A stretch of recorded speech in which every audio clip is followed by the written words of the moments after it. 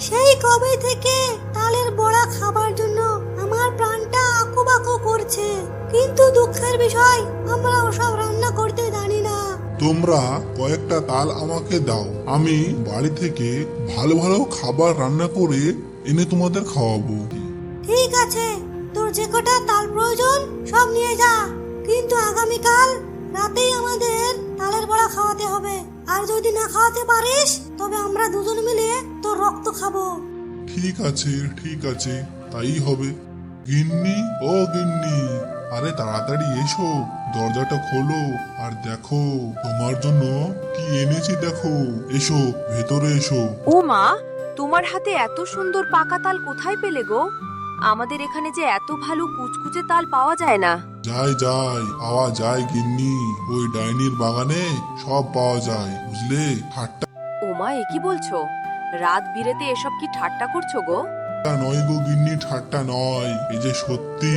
আজ শহরের বাজার থেকে ফিরতে অনেক দেরি হয়ে গিয়েছিল, তাই তো বাধ্য হয়ে ওই তাল বাগানের পথ দিয়ে ফিরতে হলো। আসার সময় দেখলাম চারিদিকে কত তাল ছড়িয়ে ছিটিয়ে রয়েছে, সেখান থেকেই তো কায়দা করে এই কয়েকটা তাল এনেছি। তবে একটা শর্ত আছে গিন্নি, তোমাকে আগামীকাল খুব ভালো করে তালের বড়া, পিঠে, মাল পোলাও এসব রান্না করে দিতে হবে। এগুলো খাইয়ে ওদের খুশি করতে পারলেই আমাদের লাভ হবে গো গিন্নি।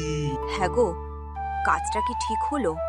এভাবে ওই ভুতুরে বাগান থেকে কিছু নিয়ে আসার জন্য যদি আমরা কোনো বিপদে পড়ি? আরে ওসব কিছু হবে না, তবে সবকিছু নির্ভর করছে তোমার রান্নার ওপর, বুঝলে গিন্নি। রান্না নিয়ে তুমি কিছু চিন্তা করো না, আমার রান্নার স্বাদ এই পুরো গাঁয়ের সবার মুখে মুখে লেগে থাকে। এটাই তো চাই গিন্নি, এটাই তো চাই। এবার এসো, হাত মুখ ধুয়ে খেয়ে দিয়ে শুয়ে পড়ি। পরের দিন সকাল থেকেই শুরু হলো বজ্রবিদ্যুৎ সহ মারাত্মক বৃষ্টি। বৃষ্টির জন্য মগনলাল নিজেও আর শহরের বাজারে যেতে পারল না।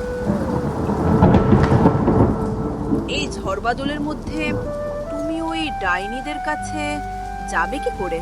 আমার হাতে অন্য কোনো উপায় নেই যে গিন্নি, হতে পারে এটাই আমার একটা পরীক্ষা। তাই তুমি আর সময় নষ্ট না করে এখন থেকেই রান্না চাপিয়ে দাও। হ্যাঁ হ্যাঁ, আমি তাল ছাড়িয়ে নুন দিয়ে সব গুলে রেখেছি, সন্ধ্যের দিকে রান্না বান্না শুরু করে দেব। মগনলালের গিন্নি খুব মনোযোগ সহকারে রান্না বান্না করে চলেছে, আর ওদিকে কুড়িম্বি মনে মনে চক্রান্ত করে যাচ্ছে। আজকে যদি ওই মানুষের বউ দিদিকে তালের বড়া খাইয়ে খুশি করে দিতে পারে, তাহলে তো ওর স্বামীকে মেরে আমি খেতে পারবো না। কিন্তু একবার যখন মানুষের মাংসের স্বাদ পেয়েছি, তখন তো এই স্বাদ ভুলতেও পারবো না। যাই, আমি বরং চুটি শাড়ি দিয়ে একবার দেখে আসি ওদের রান্না বান্না কতদূর হলো। কুড়িম মগনলালের বাড়ির পথ খুঁজতে শুরু করলো, আর তালের বড়ার গন্ধ শুকে হাঁটতে লাগলো। ওই তো ওই তো, ওই দিক থেকেই আসছে। গিন্নি, কি সুন্দর গন্ধ বেরোচ্ছে গো, আমার তো এক্ষুনি খিদে পেয়ে যাচ্ছে। আমাকে দুটো দাও, খেয়ে দেখি কেমন হয়েছে। না না, তুমি আগে তিনাদের দিয়ে এসো, তারপর যদি কিছু থাকে আমরা খাবো। ঠিক আছে, তাই দাও। মগনলালের বউ একের পর এক পথ রান্না করে সেগুলো গুছিয়ে দেওয়ার জন্য স্বামীকে নিয়ে পাশের ঘরে বেগ আনতে যায়। আর সেই সুযোগে কুড়িম্বি রান্নাঘরে ঢুকে সমস্ত খাবার খেয়ে ফেলে। দারুণ হয়েছে তো, মানুষের হাতে রান্না সত্যি খুব সুস্বাদু। এমন তালের বড়া আমি জন্মেও খাইনি। এভাবে একটা একটা করে খাবার খেতে খেতে কুড়িম্বি সব খেয়ে ফেলে। এবার আই বেটা, দেখি তোকে আমার হাত থেকে কে বাঁচায়। ও মা গো, আমার এমন সর্বনাশ কে করলো? হায় হায় হায়, এখন আমার কি হবে গো? কি হয়েছে কি হয়েছে, গিন্নি কাঁদছো কেন? রান্নাঘরে চোখ রাখতেই মগনলালের সারা শরীরের রক্ত ঠান্ডা হয়ে যায়। এখন ডাইনিদের কাছে কি নিয়ে যাবে?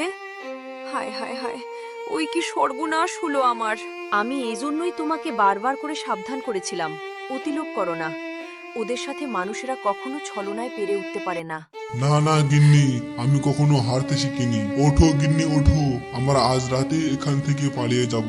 বাইরে বৃষ্টিটা অনেকটা কমে এসেছে, এখন বেরোতে পারলেই শহরে যাবার একটা না একটা ট্রেন পেয়ে যাব। ওঠো গিন্নি ওঠো। না মগনলালের কথা মতো ওর বউ বাক্সে কয়েকটা জামা কাপড় ভরে নেয়। আর ওদিকে হিড়িম্বি আজ তালের বড়া খাবে বলে সারাদিন ধরে উপোস করে বসে রয়েছে। কি রে দিদি, ওই মানুষের পথ এখনো এলো না যে? তাই তো দেখছি রে। একবার শুধু ভেবে দেখ, ওই মানুষের কত সাহস যে আমাদের বাগান থেকে তাল নিয়ে গিয়ে আমাদেরই ঠকিয়ে দেয়। আমার সেই সময় তোর কথা শোনাই উচিত ছিল। তবে আর কি, এখন বসে বসে হাত কামড়া। এই অন্যায় আমি হতে দেব না। আমি যখন তালের বড়া খেতে পারিনি, তখন ওর মাথাটা চিবিয়ে খাবো। চল চল, বেটাকে ধরে নিয়ে আসি। ওকে আজ এমন শাস্তি দেব যে পুরো গ্রাম আমাদের ভয়ে একেবারে ছিটিয়ে থাকবে। চল তুই আমার সাথে, চল দিদি। কুড়িম্বি আর হিড়িম্বি কিছুক্ষণের মধ্যেই মগনলালের বাড়ির সামনে পৌঁছে যায়।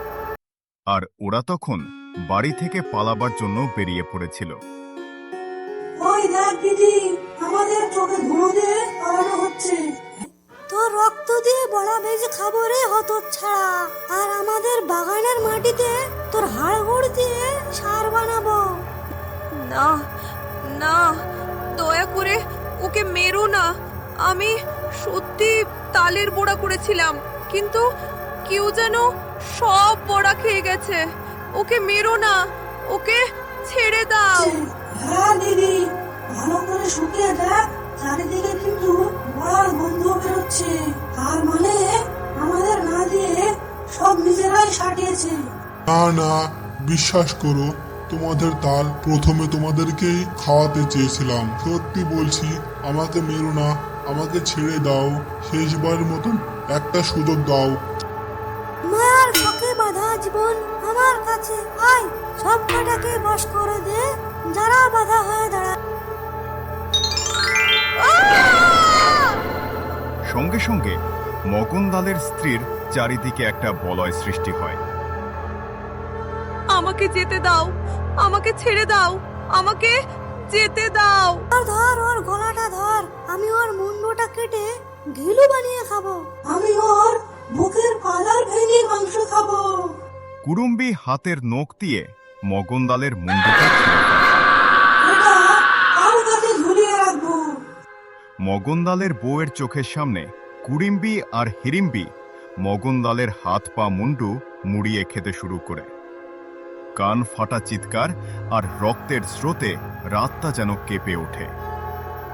মগনলালের দেহের শেষ মাংসপিণ্ডটাও পর্যন্ত ভোগ করে ওরা দুজন ওখান থেকে চলে যায়।